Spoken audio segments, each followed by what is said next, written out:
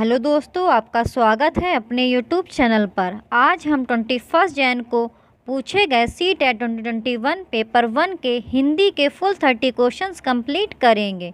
तो दोस्तों, आपके शुरुआत के 15 क्वेश्चन आपके गद्यांश और पद्यांश से पूछे जाते हैं। तो आपका ये गद्यांश गिवन है, आप इस गद्यांश को रीड कीजिएगा और फिर स्वयं सभी प्रश्नों के उत्तर निकालिएगा। तो आपका इस गद्यांश से जो पहला प्रश्न पूछा गया था वह है महादेव का समानार्थक शब्द नहीं है। तो आपका फर्स्ट का ऑप्शन फोर्थ सही हो जाएगा, उपेंद्र। आपका सेकंड क्वेश्चन इस गद्यांश से पूछा गया था अभिशाप शब्द का विलोम है। तो आपका सेकंड का ऑप्शन पहला सही हो जाएगा, वरदान। आपका थर्ड क्वेश्चन इस गद्यांश से पूछा गया था विशेषण विशेष्य का उदाहरण है। तो आपका थर्ड का ऑप्शन फोर्थ सही हो जाएगा, उदार आग्रह। दोस्तों, अगर आपको ये वीडियोस अच्छे लगते हैं तो इस यूट्यूब चैनल को सब्सक्राइब जरूर कीजिएगा और वीडियो को लाइक भी ज़रूर कर दीजिएगा। आपको इस यूट्यूब चैनल पर ऐसे ही वीडियोस आगे भी मिलते रहेंगे। इस यूट्यूब चैनल पर 2021-22 में हुए मैक्सिमम सभी शिफ्टों के सॉल्यूशंस ऑलरेडी प्रोवाइड कर दिए गए हैं।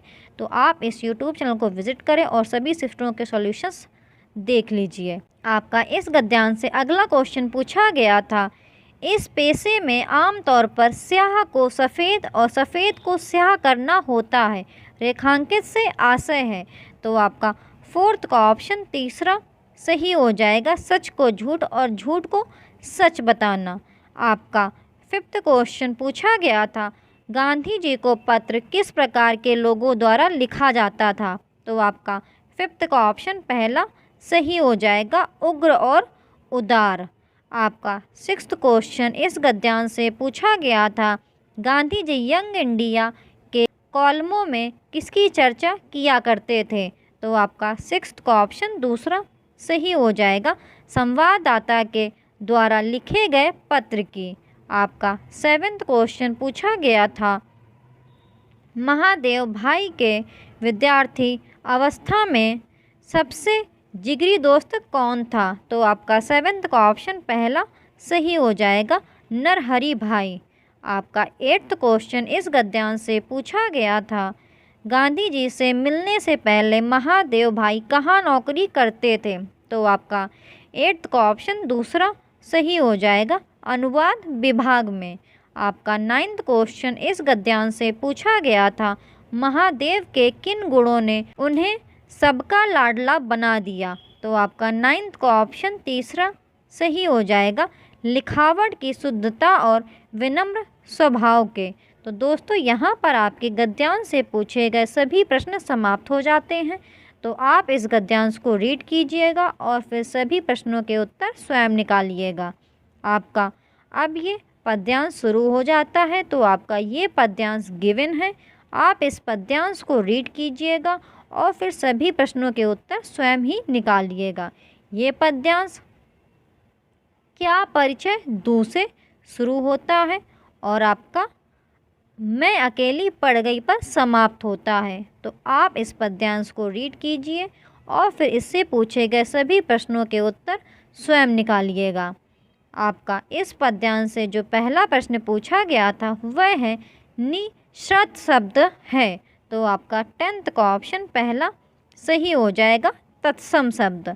आपका 11th क्वेश्चन इस पद्यांश से पूछा गया था द्रोणाचार शब्द का संधि विच्छेद क्या है। तो आपका 11th का ऑप्शन तीसरा सही हो जाएगा, द्रोण प्लस आचार्य। आपका 12th क्वेश्चन पूछा गया था यहाँ पांचाली से क्या आशय है। तो आपका 12th का ऑप्शन दूसरा सही हो जाएगा, पांचाल देश की राजकुमारी।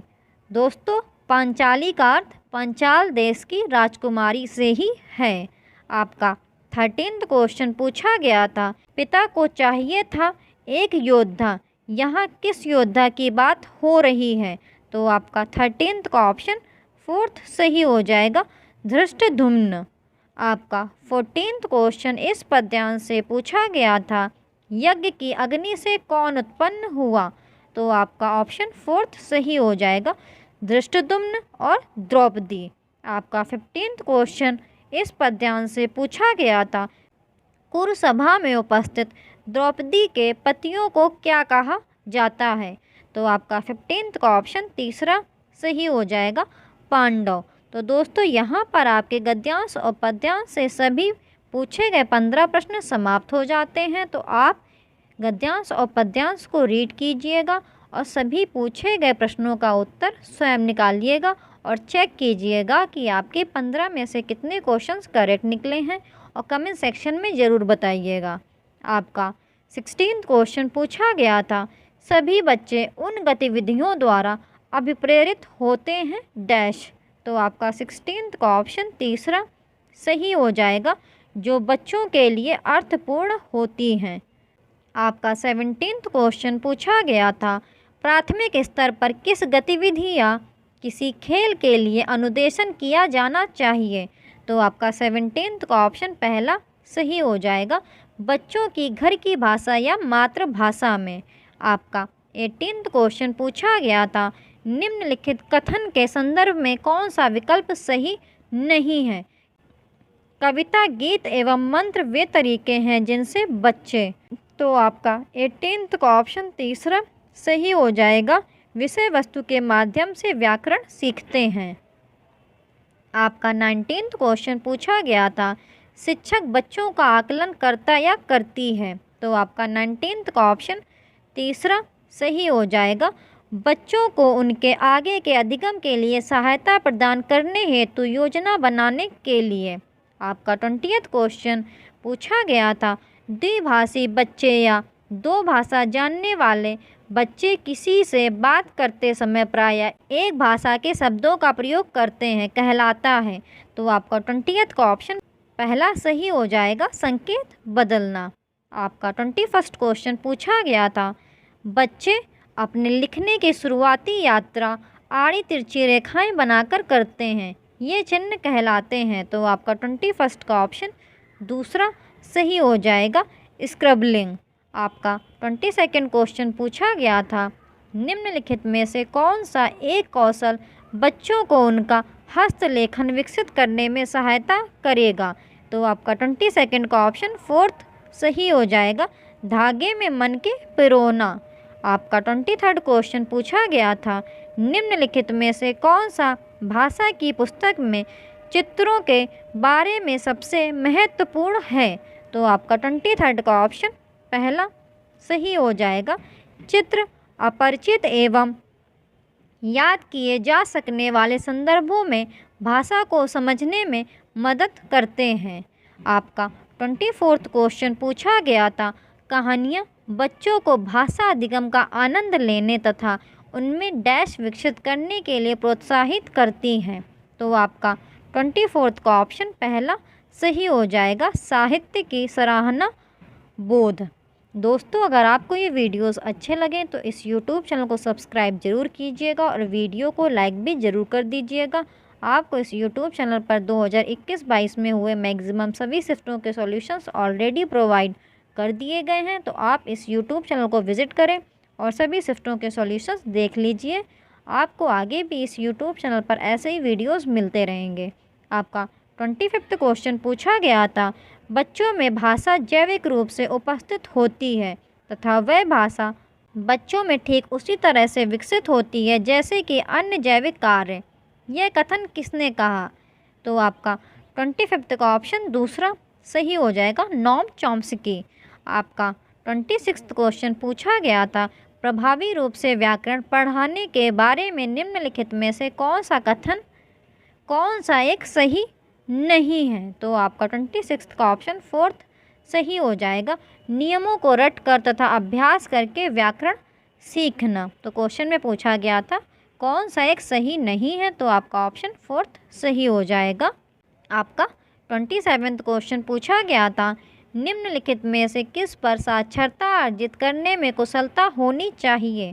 तो आपका 27th का ऑप्शन तीसरा सही हो जाएगा, अर्थापन करना एवं भाषा की समझ। आपका 28th क्वेश्चन पूछा गया था, शिक्षा में भाषा अधिगम की प्रक्रिया को बढ़ावा देने के लिए तकनीक का प्रयोग करना डैश कहलाता है? तो आपका 28 का ऑप्शन दूसरा सही हो जाएगा, ICT।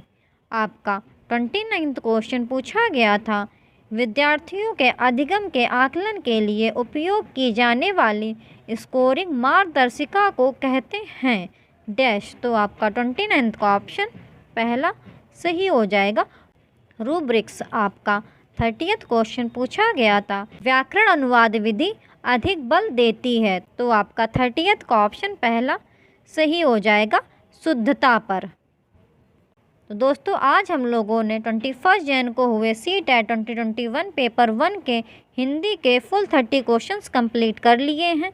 दोस्तों अगर आपको ये वीडियोस अच्छे लगते हैं तो इस YouTube चैनल को सब्सक्राइब ज़रूर कीजिएगा और वीडियो को लाइक भी ज़रूर कर दीजिएगा।